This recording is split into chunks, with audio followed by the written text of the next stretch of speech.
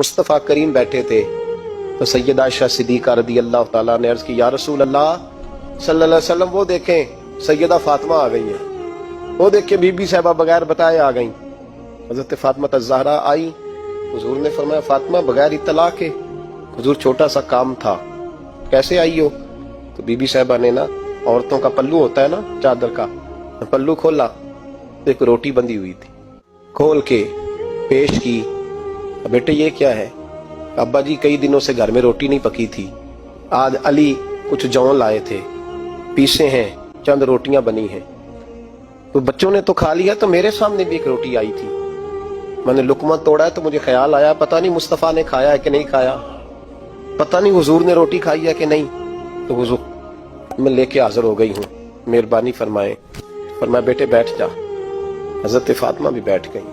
सैयदा आयशा कहती हुजूर भी बैठ गए। फरमाया फातिमा कितने दिनों से नहीं खाया?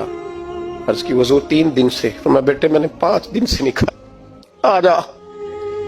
दोनों बाप बेटी मिल के खाते हैं। रोटी 2 हिस्सों में हुजूर ने बांटी। फरमाया चल आदि तू खा, आदि मैं खाता हूँ। हजरत फातिमा ने लुकमा तोड़ के मुंह में रखा, रो पड़ी, हुजूर 5 दिन से नहीं खाई। और मैं बेटे चुप कर, हमारा दुनिया से क्या ताल्लुक, एक पुल रह गया है, बस अल्लाह फिर जन्नत की सारी